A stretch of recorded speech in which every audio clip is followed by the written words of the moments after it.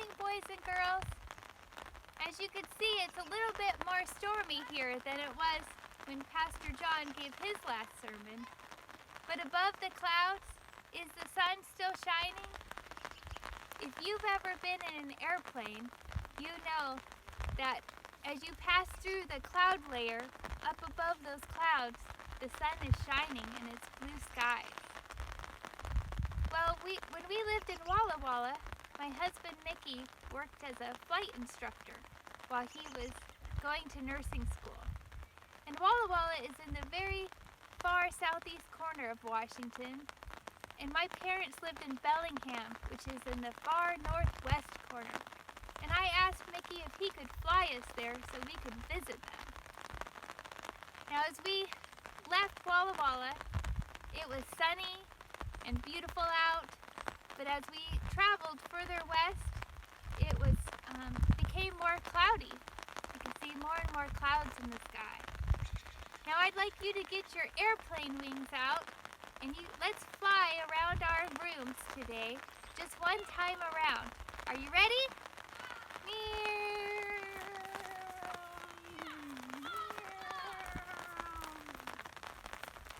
All right. Good job. That was fun flying around, wasn't it? Now, if you had to do that with your eyes shut, it might not be quite as fun, would it? Well, as we were flying in the clouds, I couldn't see anything, just white and dark gray everywhere. I couldn't see it all. And when you're flying and you can't see where you're going, it feels, even though you might be flying straight, you feel like you're flying like this. And that's how I felt. Now, pilots that can fly in clouds and at night in the dark, they have special training. They are instrument rated. That means that they are trained to read their instruments and trust them, and they have to be very careful to trust that even when they feel like their body is doing something different. It's very important. So I was feeling pretty uncomfortable, and I turned to my husband and I said, "Are you sure you know what you're doing? Because it feels like we're going straight down for the ground." Do you ever ask Jesus that? Are you sure, God, you know what you're doing? Well, pilots are also, they talk to the radio control. That's why I have these on here, just like a pilot wears.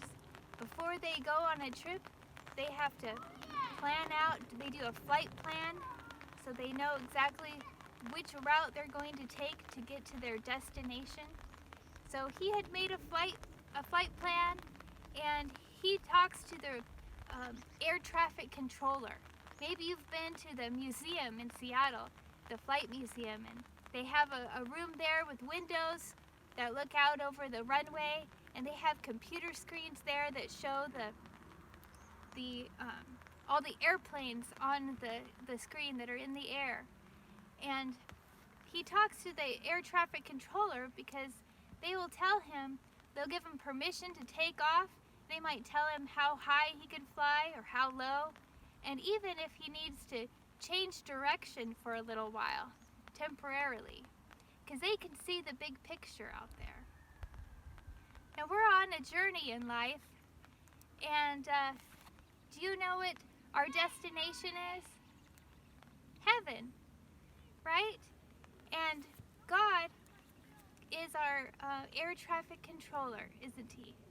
He can see things even when we can't see them. Now, what is our instrument that we want to make sure we trust in? It's God's Word, the Bible, right? This is our instrument.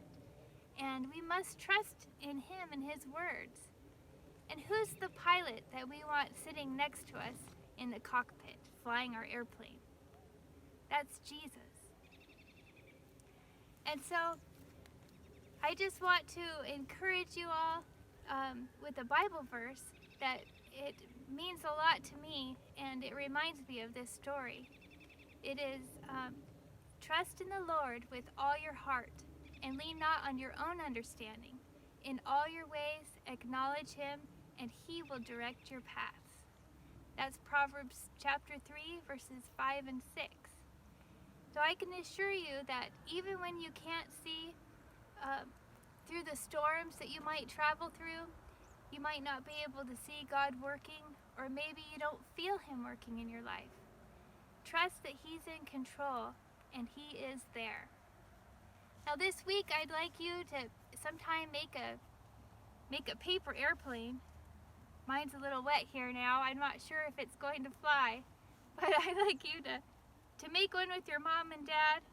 And as you're flying your paper airplanes, think about how you can trust in God and how he can direct your path. Happy Sabbath.